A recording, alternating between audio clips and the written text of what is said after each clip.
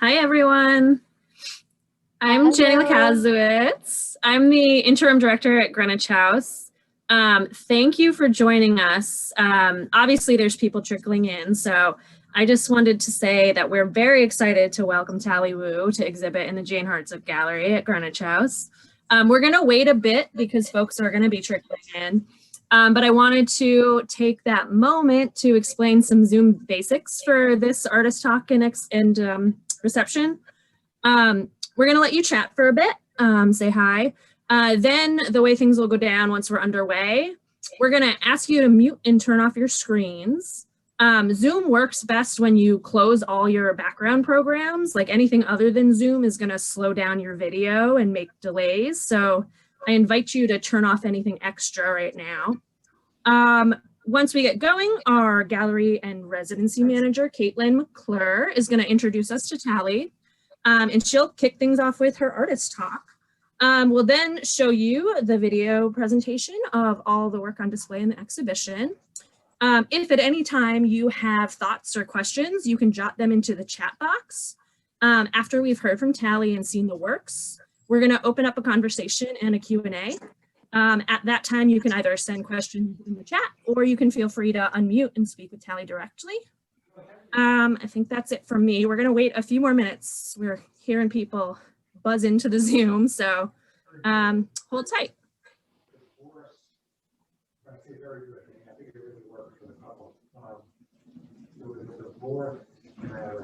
I'm just putting on some clothes. I'm going to go outside when we talk. Hey, Carol. Hi, Pam. How are you? Good, good. Are you in Florida? I'm in Florida and I just got my second shot. But Gary says hi. He just Hi, walked. Gary. How are you two doing? We're well. We're well. We can't complain. We have had both our shots. Okay. He wanted to wave to you. Where's Pam? Hi, Gary. How you doing? Good, good. Hi, everybody. Say hello. That's so funny.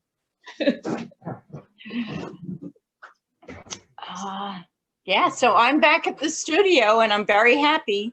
Oh, you're so lucky. That's great. Invite everybody to, I feel very safe there. I'm doing a little PR here. It's been great.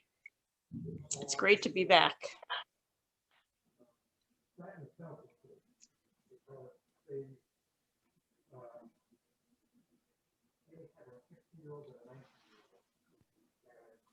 All right, we're at about 35. I guess there's still some people hopping in every time I think we're about to start. Caitlin, do you want to go ahead? Let's kick things off. Yeah, I think let's go ahead and get started, and more people will keep joining us as we get going. A big thank you. Oh, first of all, I'm Caitlin McClure. I'm the gallery and residency manager. A big thank you to everyone for joining us today, and also for Taili for showing her work with us. We're thrilled to be working with her and very excited for this talk. A little bit of background. I guess Jenny already went through kind of how tonight will work. But so for anyone who wasn't there when Jenny did the first run through, Taili is going to give her artist talk, and then I'm going to show a quick installation video.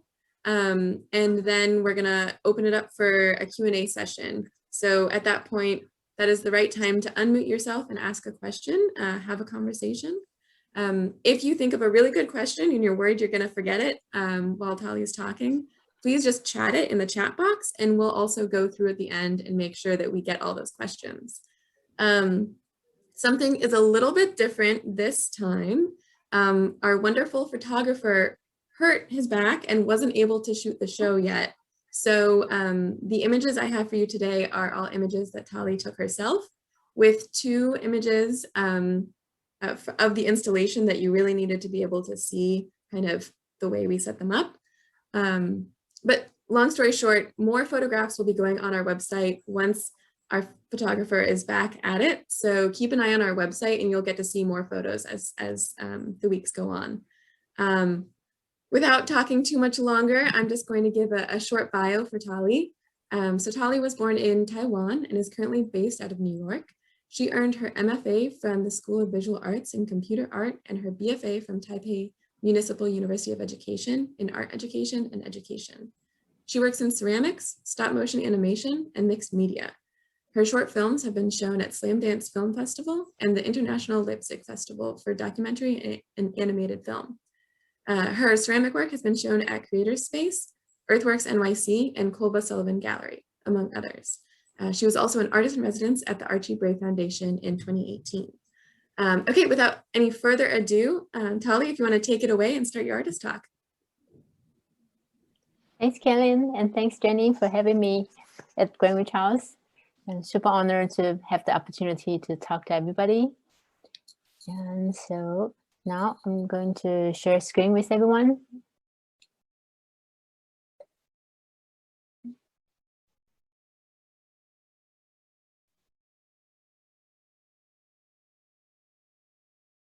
Okay. So the title for the show is called "Where is the Bike Shop?"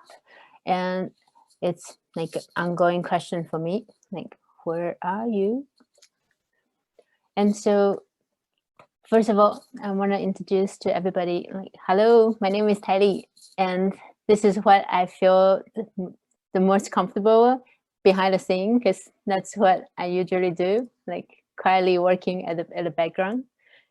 And so I'm originally from Taiwan, and there's a lot of influences, cultural influences, food and sceneries, environment that affect my work and myself as well. And so a lot of things you might see, it's like besides the scenery, it's the people and the scooter culture over there, and not to mention the breakfast. If you ever travel to Taiwan, don't miss out the breakfast. And growing up in the countryside of Taiwan, I spent a lot of time chasing roosters and more often being chased.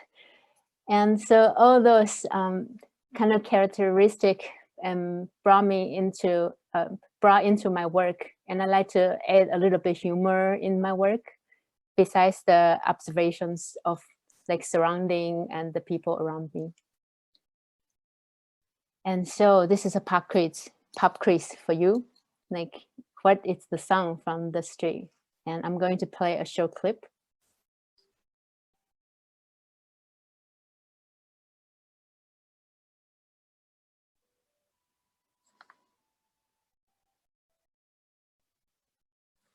So this is a sound of, anybody like to guess, take a guess? I'm not sure if the sound clip came through. I didn't hear it. I don't know if everyone else heard it. Let me do it one more time. I think maybe the stop.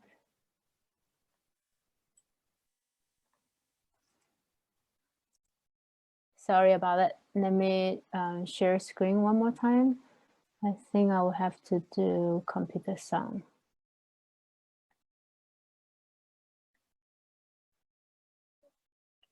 Okay.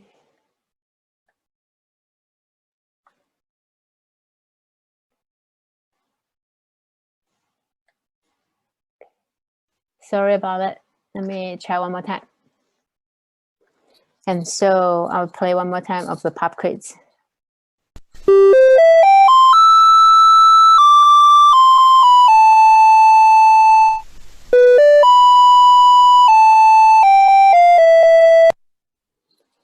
Is there anybody want to take a guess of what is this?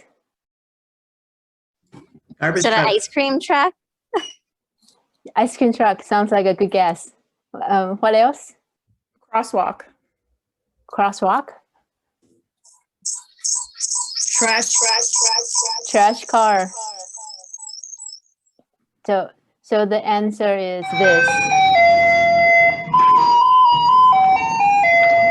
It's a trash car, and over there in Taiwan, this is one of my favorite part of the day. That when you hear the music and you see your neighbors, everybody ran out of the door.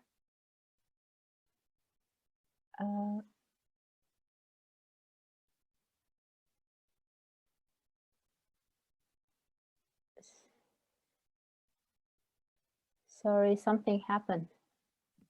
Sorry, I think someone accidentally tried to share their screen instead of yours. Sorry. Okay. Dive back in. I think we're okay. Okay. Okay.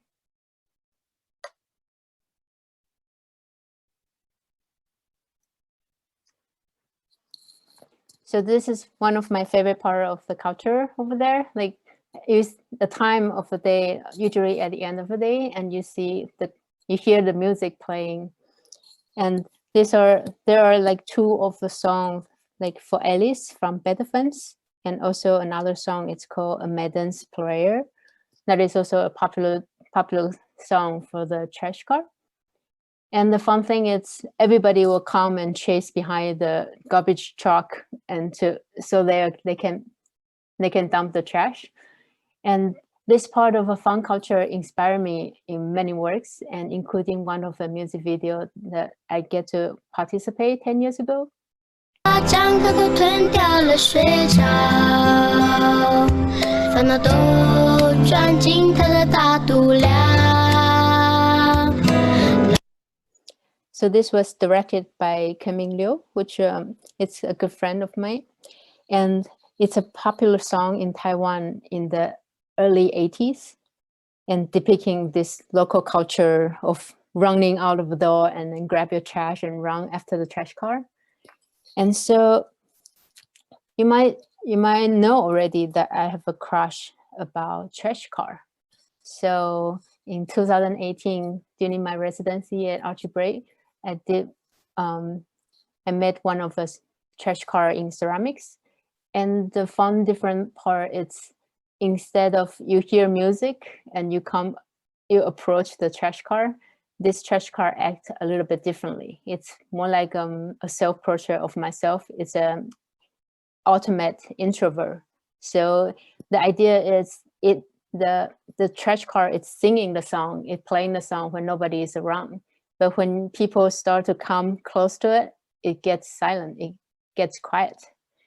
So you had no chance to dump the trash. And then I want to introduce a little bit of the culture over there. It's like growing up as a child. This is sort of a memory like kindergarten field trip. And by the way, this is not a picture from my childhood, so you don't have to find where is Taili, because this is an internet photo. And so but it looks very similar, like similar kind of outfit and the school bus. And so I took this type of memory into making a leopard bus, which is describing this like kindergarten field trip, and we're going somewhere fun, and the whole bus feels like it's a leopard, like they're jumping places. And next part, I want to introduce a little bit of my family influence. And these are three of the major unsung heroes to me in my family. And first one is my grandma, and then my mom and my dad. And because my parents are both pretty busy with work in my early ages, so I basically grew up with my grandparents until I was 4, and also my older brother. And so there were so many cool things that we did every day, like including going to the traditional markets with grandma on her scooter in the morning. And also we got to have ice cream, which I call it babu, which that's the sound of this horn. And by the way, this picture here, it's my grandma here. And then on the left is the ice cream man. And at the background, in the lime green shirt, that's my husband, Ken.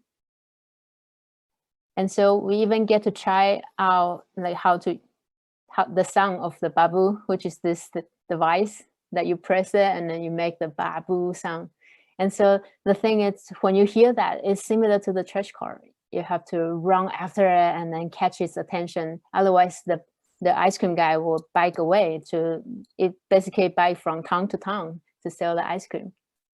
And the funny story is after like 30 plus years, I never know that the ice cream guy is actually the same guy as the motos guy. So which you can see at the show, the Babu man and the motos man, those were the same guy in different seasons. So he sells ice cream in the summer, and the rest of the season he sells motos.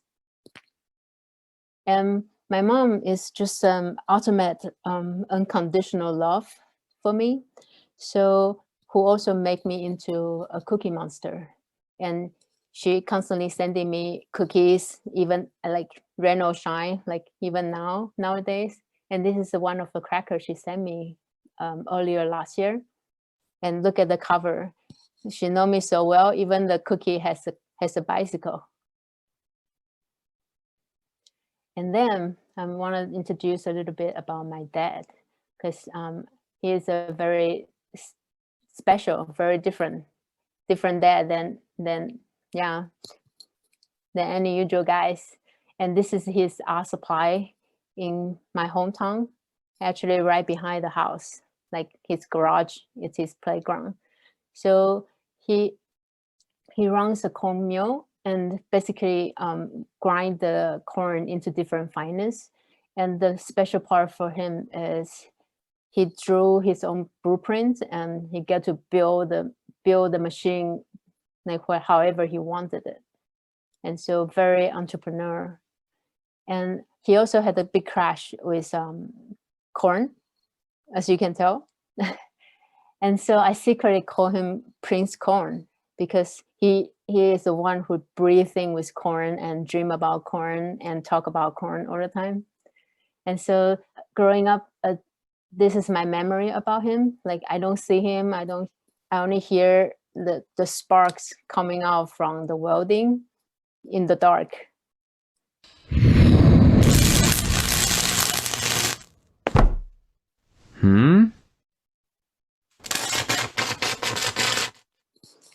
And this was made for him for Father's Day, 2019.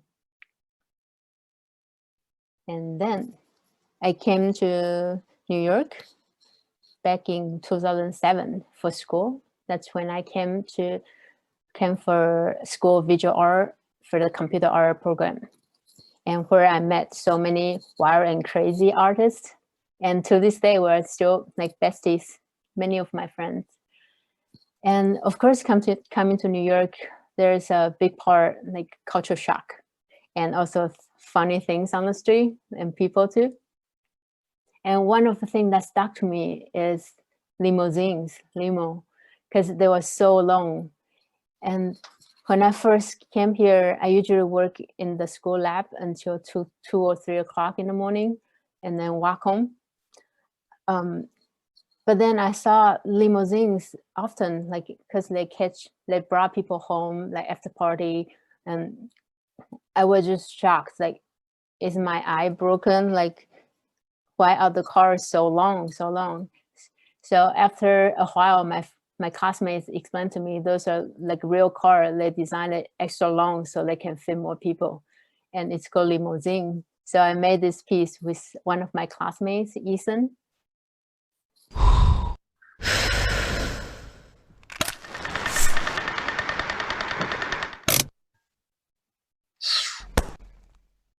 And this is the endless loop. So it's just gonna keep smoking when it's red light and keep going and going.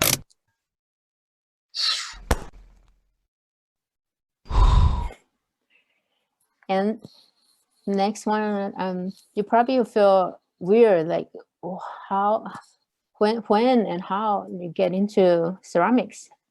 So this will back to 2012 because of an incident, and very blessed of that incident. And this is because of a broken mug, and the broke thanks to my husband. And we've been looking for a replacement for that broken mug, and we can't find it. So we decided to make our own. And in the neighborhood, that's when I ran into Sarah and Janet at Earthwork, and where I met a whole bunch of my pottery family, like Ellen, everybody, and Karen, and Emily, and Angela, so many people. And that starts me a long journey and patient, like even brought me to Archibray and now Greenwich House. So very blessed of that incident. And after coming to New York, there's a lot of new food and snacks, because I also have a nickname called King of Snacks. So I like to snack a lot.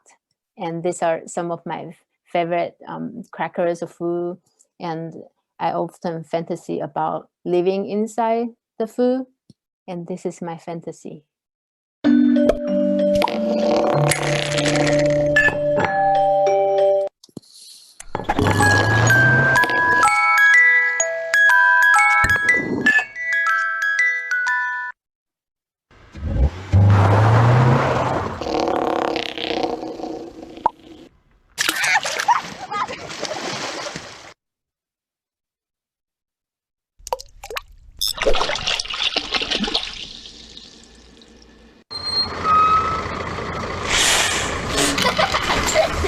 Yay! And saying New York, everybody immediately thought about the subway. And so during one of the summer ride in the subway, it was just so hot, and we're just fantasizing about like, oh, wish I could just come out of the exit and then directly get to a pool. So this is for that. Daydreaming about coming out of subway and go to a pool. And then another complaint about the weather. And so in 2018, during the summertime, like just so hot, and I just started thinking, I wish I could just pick up the phone and the phone becomes like the shower head, like give you some coolness. And so these are all like my fantasy about daily objects. And another one is the car, like accordion bus, like the way the city bus look like, the intersection, the middle part, like kind of like a spring, like make it elongated and make connecting two parts, almost look like accordion. So that's why I make this accordion bus. And after all that, like you must be wondering, so where is the bike shop? Where is the bike shop? And so the bike shop is all started with my childhood memory about the goose farmers. Because growing up, there's so much goose farmers like riding their scooters and then go by the house every day, like go passing by.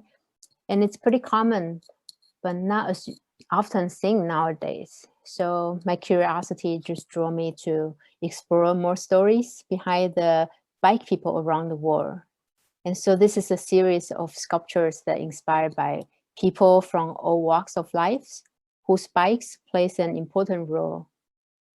Could be from using it for commuting or transporting animals or goods like products, and or sending helping hands and spreading messages.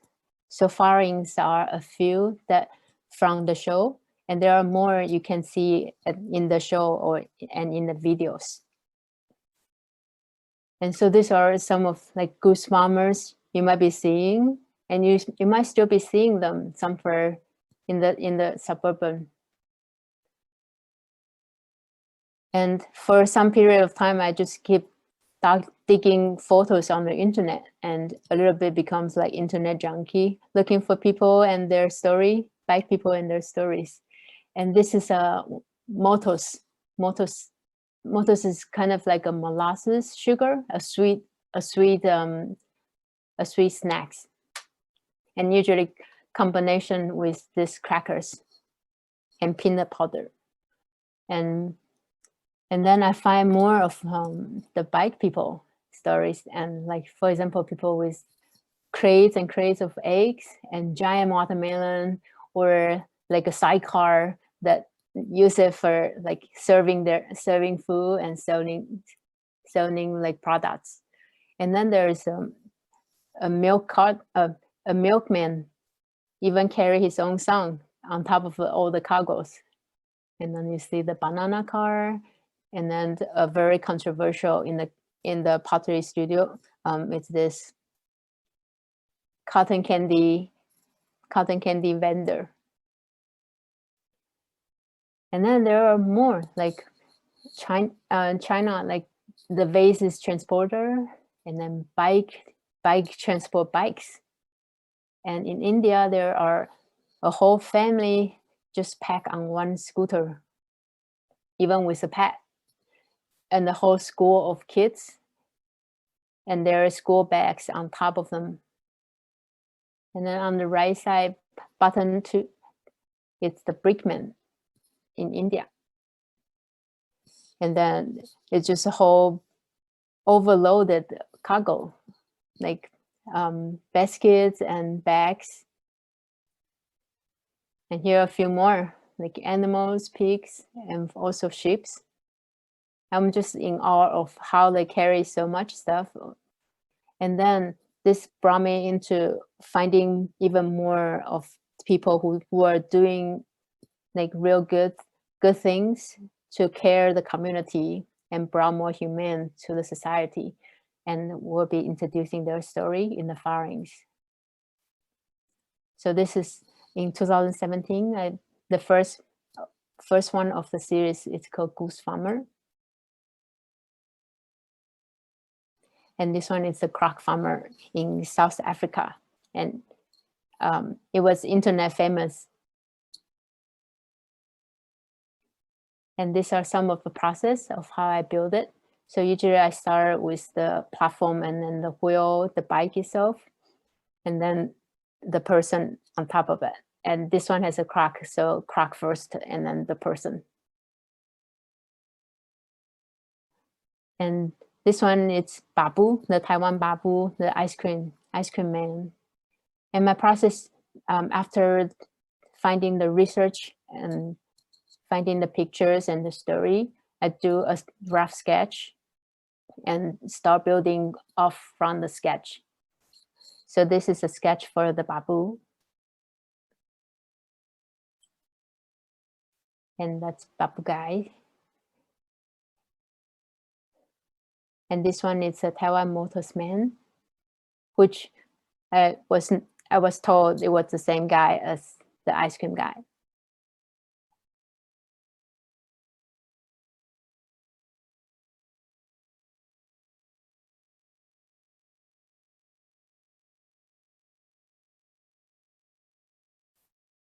And then this is Bill Cunningham, and this is a tribute to the humble and amazing artist he is, the amazing photographer, and who was super honest and true to himself, and it's a role model for me. So I make this piece. And then I discovered a story about the milk rider, which is Siren's Woman's Motorcycle of New York. And they help to deliver breast milk to babies in need. So they help New York Milk Bank to deliver breast milk to the families. And I find this very inspiring because they were doing not just go out and ride the scooter for fun, but they do like really important things to help like families and people who really need it. And these are sketches, and I brought to sculpture. So also the same, start with the base and the wheels, the bike itself, and then add on the milk rider.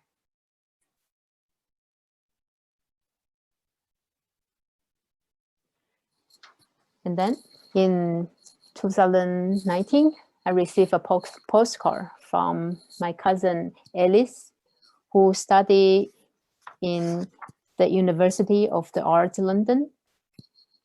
And this postcard, it's the Perry family. So on this postcard from left to right, it's the daughter Florence, Philippa, and the Grayson Perry on the right. And this postcard was so colorful and vibrant, and just draw me into find out more story about them. So once I put in, I Googled the name Grayson Perry, and I find out so many colorful things and just wild, amazing, beautiful thing. And he's also a very well-known ceramic artist who built large vases as well, and tapestry. And over the process, I find this bike AM1, which is this journey to Germany with his childhood best friend, which is this teddy bear. And so he built a shrine like behind the bike and bring with him to introduce to everybody. And this is also very pinkish, like very, very soft color scheme. And it's his way to challenge the masculinity of the motorcyclist. So I built this bike after his picture. And then I find out about this picture. It's Brickman in India. The brick is so high, we can almost like couldn't see him, like where is the person. You only see the arm and the tiny legs. And I find this super inspiring, like how do you move without dropping anything? So I drew it down and build the bike. And this take forever because the bricks, I basically build it brick by brick, like chunk by chunk. So it was quite heavy. And to find a way to make the bricks hollow also takes some time. And then color it. Okay. And next one is the vase transporter, the China transporter in China. And I find this super, super amazing. Like it's a very fragile balance of carrying so many parts front and back without dropping any. So I built, this is a sketch of them. And I built the bike and the front and back. And the pattern on the bike was something I found on the internet, and I find like, I love this, like dragon, and then there's like white tiger. So it's all different. And the next story is called Kamishibai, which means paper plate. And it's a traditional storytelling form in Japan, especially popular during 1920s to 1950. And this is a story from my dear friend Maki. And it's also, it's not a thing that happens in our age, and it's a memory from her brother, from her father during his childhood as well.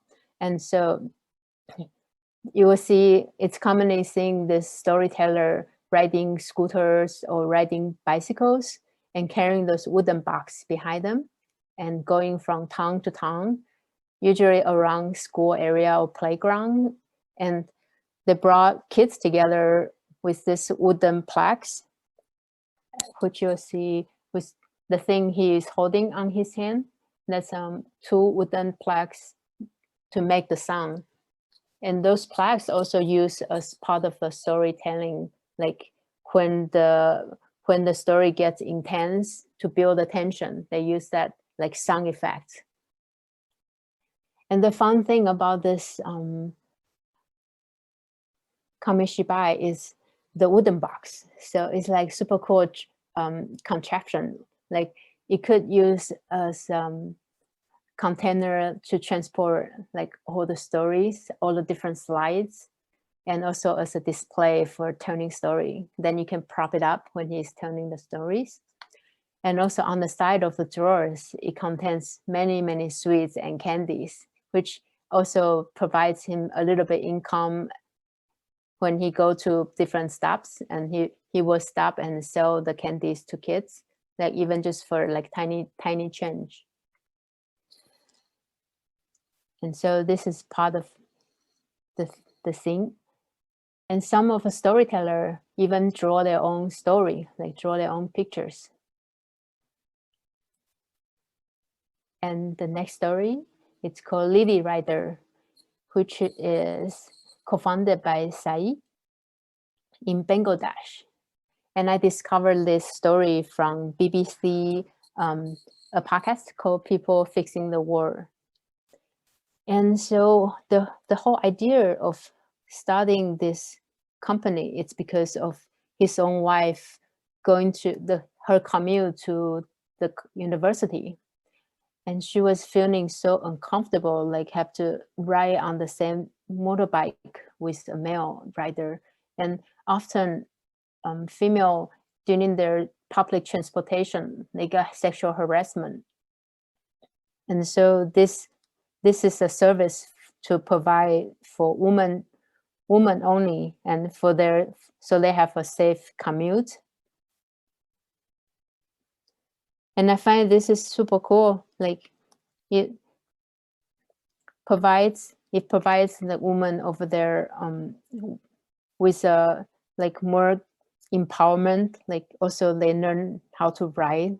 They have the opportunity to learn how to ride a scooter, and a financial income, and also bring the world to a more gender equality.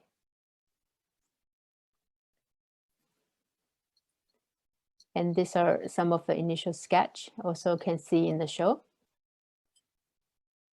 And my process to build the bike and build the people and their body, and then add on the legs.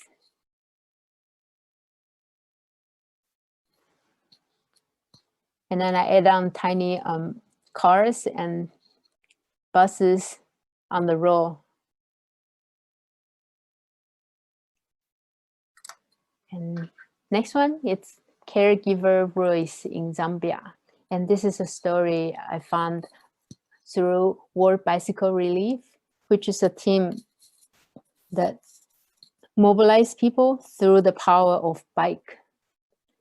And so so Royce is a caregiver. She is a community health volunteer in the rural Zambia.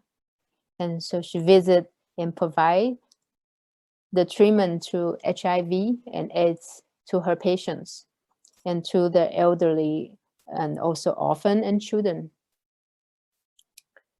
And before she had this bike, she often traveled by foot and usually visit about 4 patients per day. But after she received the bike back in 2008, she now can visit up to 18 patients a day. And then she can travel more efficiently and then get home safely too. So this is a piece of her visiting her patient.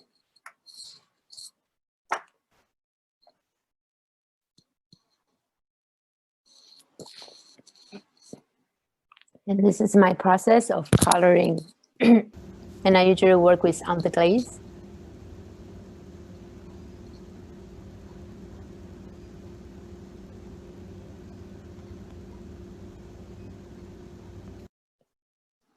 And this is after fire. And last story is Sister Joyce at Chisanken Health Center in Zambia. And this is also a story from World Bicycle Relief, which is a foundation funded by FK Day and Leah Miss Back Day. And so Joyce, she is manager at this health center in Zambia. that serves up to 10,000 people in the community. And she is the manager, but she's also the only full-time employee in that clinic. And so for her, this is a lot of work to take care of so many people, but she is also super committed to her job, and she wanted to make the community a better place. So she like so devolved herself and even available for any emergencies, both day and night. And she will go around to help delivery babies and like give cares to expectant mothers. So her role is very important in rural Zambia to deliver vital cares to mothers and also expectant mothers. But the challenge for her and the clinic is, even though there's 10,000 people in the community over there, it was only 15% of the women in the area that deliver their babies at the health center. And the reason is because the distance, and they are lacking of the reliable transportation and also the capacity of the hospital. And so to combat the challenges, a group of volunteers assist Sister Joyce by walking into the community, like visiting their home and to give the care to the mothers. And so from monitoring the pregnant woman health practice and teaching the infant nutrition, performing tests to ensure babies are all healthy. And in 2018, this health center, they received 41 bicycles. So now, not just Sister Joyce, but also the volunteers, they can move more efficiently and provide more quality time to care their patients. And this is a piece that inspired by that. And on the vase, you can see that's Sister Joyce visiting one of the patient's home, and sitting on the side is some of the young mothers. And thank you.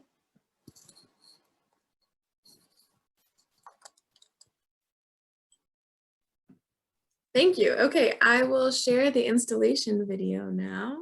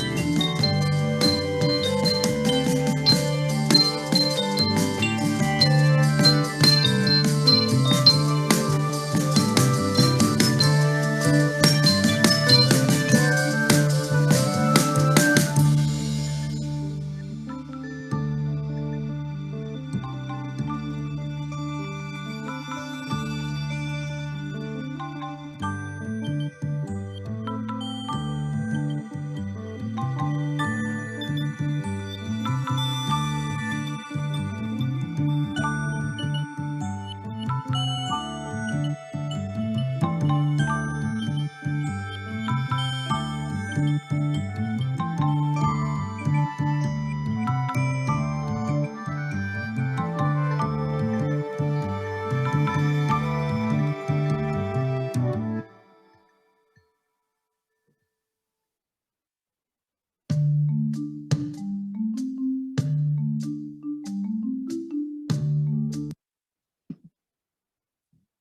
right, thanks everyone.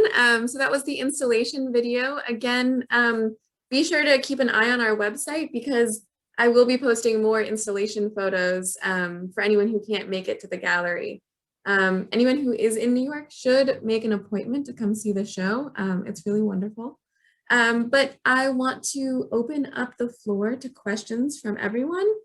Feel free to unmute yourself and ask a question. Because I'm already talking, I'm going to let myself ask the first question. Taili, I was wondering if you could tell us a little bit more about the sgraffito pots that you included, as well as Onward and Tea Ceremony. Since those are kind of two slightly different directions that you were taking this concept, I'd just like to hear a little bit more about that. I can. So those sgraffito pots are more like experimental, and also the onward and the wall piece, the bike drawing. Those are more like playful style for me to try on like different type of thing, because I'm usually building like more of a sculpture, like a person or an object, and less so of functional, like a vase and my mom is a big fan of flowers, and she loves vases. So she is my main motivation of exploring more of functional pieces like vases.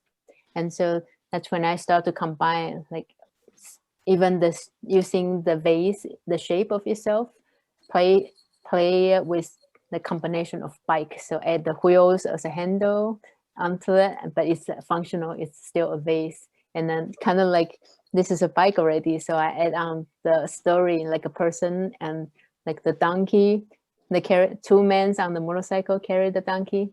I add that onto the pot itself.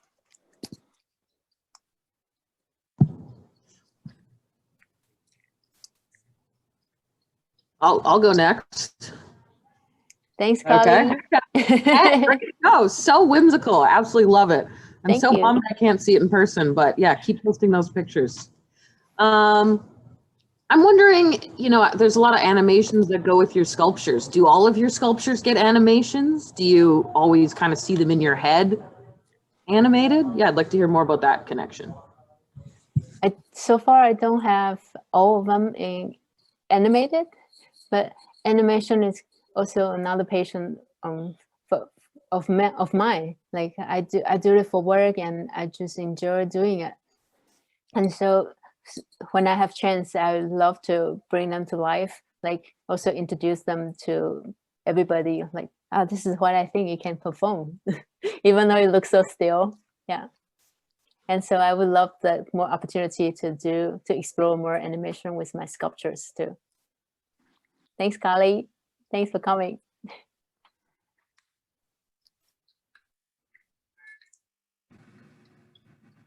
Related to that, can I just ask, I was interested, like particularly when I was watching the Oreo roll open, are all of the components of your animation ceramic?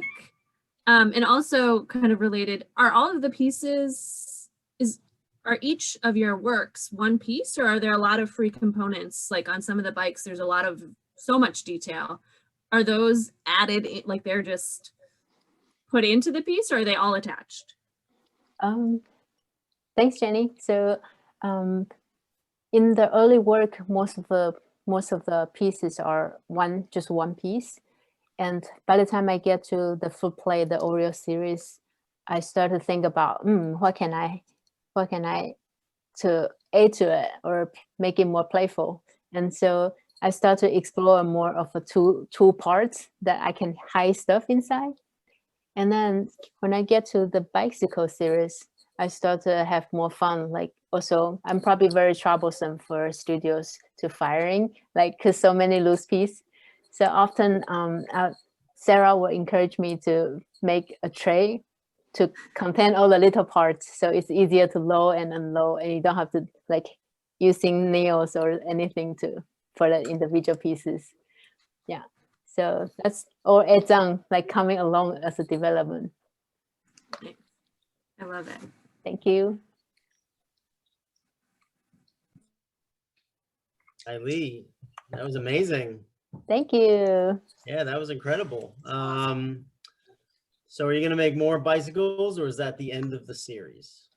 I Also- think Also, are you going to put all those bikes on a print? Because I want to see them at the same time. on the print. Or, yeah, anything.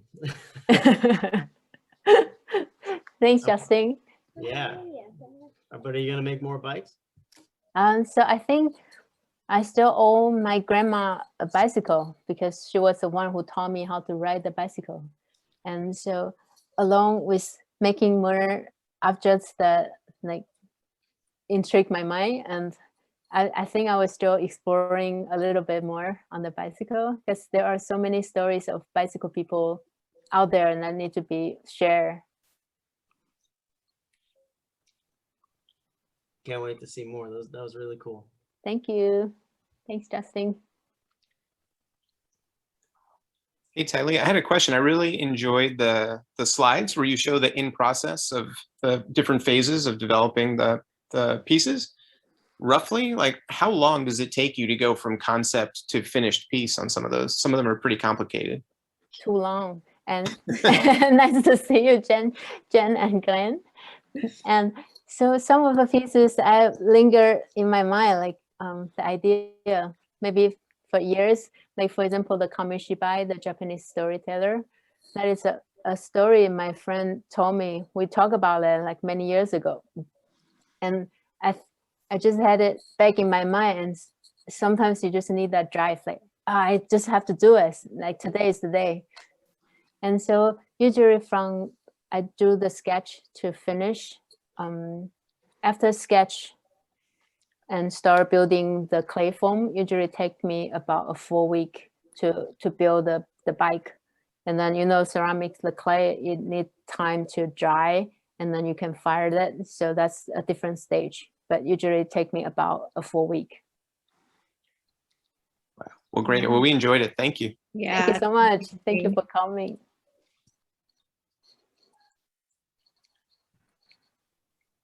There's a politely raised hand. Nathan, do you have a question? Yeah, hey, Taili. Hey. Hey, sorry I missed the beginning a little bit. And maybe you already answered this question, but I was just curious, do all of the bike people, it seems like you have a reference, or it comes from a photo that inspired you, or somebody you know, a relative, or somebody you met on the street. Are they all from real people, or are some of the bike people purely just like figments of your imagination? Thanks, Nathan. And for the bicycle that are on the show, they are all based on a real story, like a real people. It could be people that I know the name, or it could be from a photo that I don't know who is this. It's an internet famous person. Very cool. Thank you. And another question from the chat, asking, can you talk a bit about your choice of scale for the bike people? The choices for scale, I think it slowly grow with my comfortable with the clay. I started with pretty small, like 5x7, like things you can hold in your hand. And then by the time to 2019, I started to feel more comfortable with a little bit larger scale. And still, because of the limitation of living in New York, there's limited space to store everything. So it's still right now, currently, they are still under 11, 12 inch, like a cubic. So that's so far my comfort zone. And yeah, I'm wishing to hoping someday I can expand something, make it larger. Could be like a life-size bicycle. That could be very fun. I see Carly nodding heads.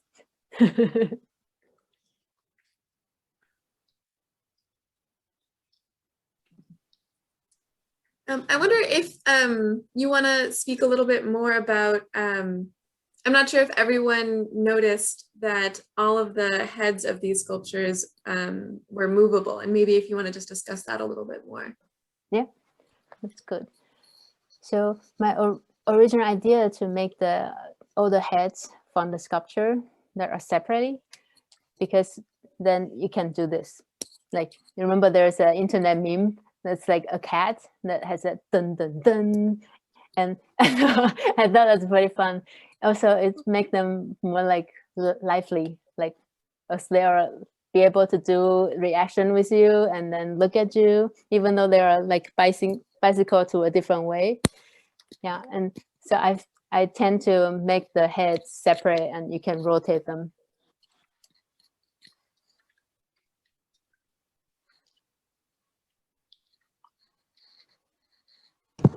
Will you make more bike people? We have to. I'm still looking forward to the collaboration together. Yeah, 100%. With some animation too? Yeah, I can't wait. Well, lately I've been obsessed with scrap trucks, which is kind of like it's like a giant bicycle. Yeah. Yeah, there's a collab coming up for sure. Awesome. Hi, Taili. My parents are Taiwanese, and it was really nice to hear the garbage truck music. Could you tell us more about your bike building process? Like, do you have to let the wheels dry before adding the rider? And how did you end up making all those bricks hollow? Hi, Gabriel. And yes, so the bicycle, I started it making the hollow wheel. And then I discovered, well, it takes forever to build this hollow wheel. And I also like the skinny, like just like a tube coil basically, the simplicity of it. So by the time to 2019, I slowly turn my direction toward just one coil, like a big thick coil, instead of a hollowed wheel. So before, when I make the hollow wheel, it's basically like slabs. So I roll out different slabs and then cut like two circles for two sides, and then you build a long rectangle, like wrap around the two circles. And that way you only need to leave one tiny pinholes to let the air goes out, and that would be safe in the kiln. Thank you. Yeah, no problem. Thank you for the question.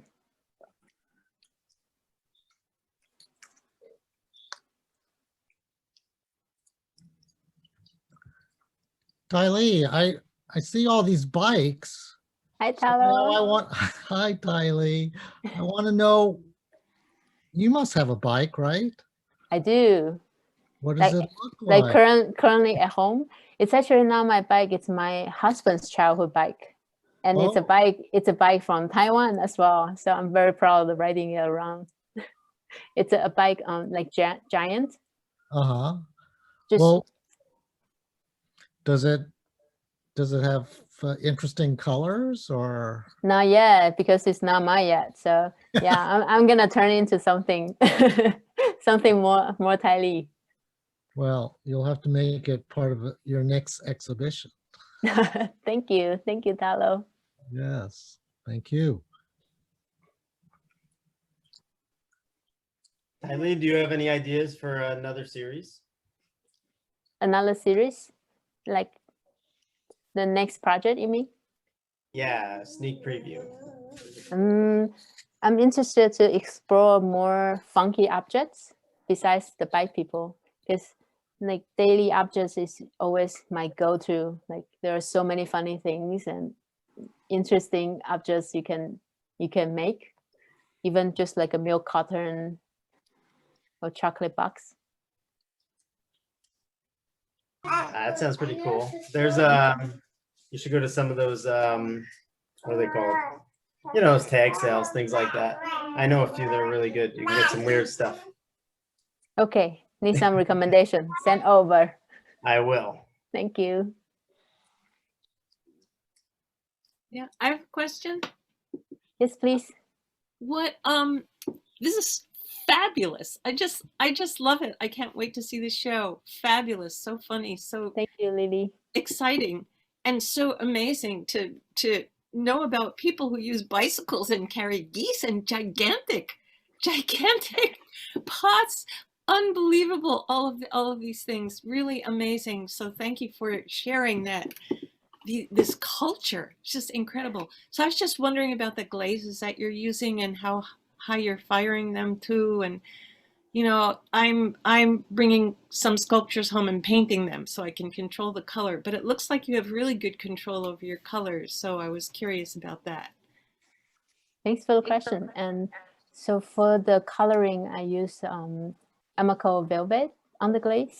So those are pretty stable, firing up to like cone 6. So far, I fire up to cone 6 and it's been pretty stable. And the glaze I use very minimal. So as you can see on the show or in the pictures, it's just a light layers of clear. And most of the pieces, it's not the whole thing was glazed. It's probably just the tiny parts, like maybe just the bike itself or just the person's eyes, and more like a decorative spotted glaze. Hope that answered your question. Yeah. So there are 2 firings. Yep. So I do. Sorry for that pun. So I do the bisque fire, usually about 04, and then do glaze to cone, between cone 4 to cone 6. Now I'm confused. Now I'm going to ask you a stupid question. After the bisque, there's 1 firing or there are 2 firings? It depends. For you can fire to many different firing, but for more commonly we do a bisque and then a glaze fire. So you're doing the coloring and the little bits of glaze at the same time? I'm doing the underglaze along with the greenware. So yeah, so I build the piece and I let it dry a little bit to it can absorb the water, the moisture from the underglaze. And then I color them and fire that as bisque. And the second time I do, it's just the clear glaze over some spots and to glaze fire. So just 2 fire for me. Are you saying that you're putting the color on greenware before you bisque? Is that what you're saying? Yeah. Really? Wow. Underglaze you can do either way. Yeah. Wow. Thank you. You're welcome.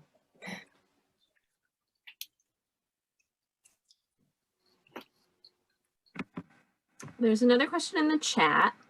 I know you said that some of the photographs are just found on the Google, but of the bike people that you know, since you've made this series, have you spoken to any of them?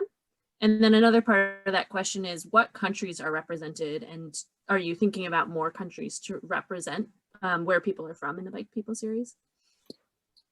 That's a good question.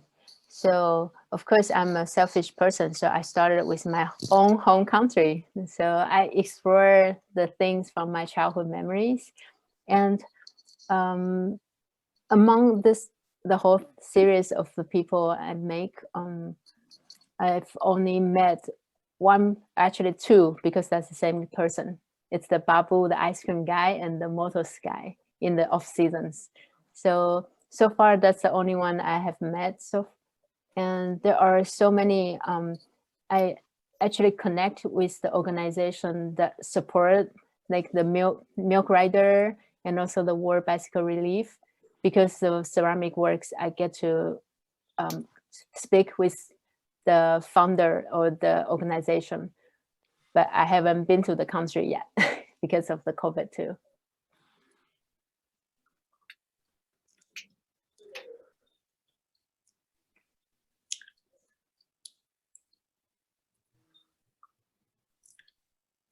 I've got one more question.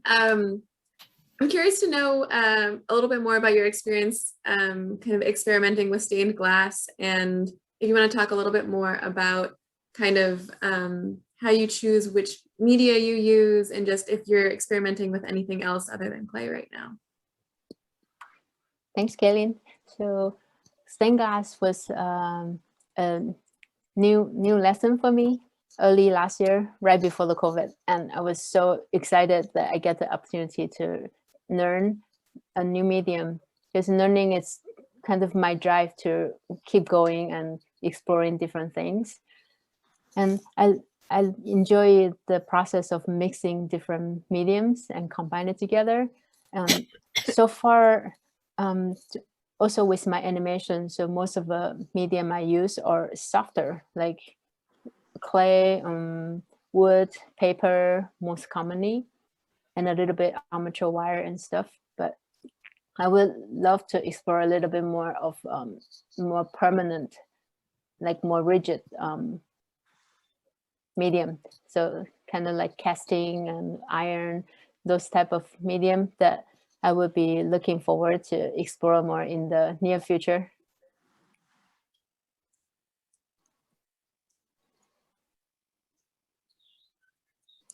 Taili, I just remembered something, and it might be an idea for you. Tell me. I used to ride a unicycle. And Unicycle in the circus? no. But I bet you might find some interesting stories around unicyclists. Cool. Okay, I'll write it down. I think they would suit your sense of humor too. What's the occasion that brought you to ride the unicycle? Oh, just because it's crazy and strange. That's awesome. Do you ride it in New York? I have. That's awesome. You need to share a picture with me. Maybe I will. Thank you. Thank you, Talo. Okay, any last questions before we wrap it up? I'm going to take that as a no. Thank you everyone for being here today, and thank you to Taili. It was wonderful to hear more about your work. And again, if anyone wants to see the show, please make an appointment online, or keep an eye on our website and you can see photos from wherever you are that's not New York. Thanks, everybody.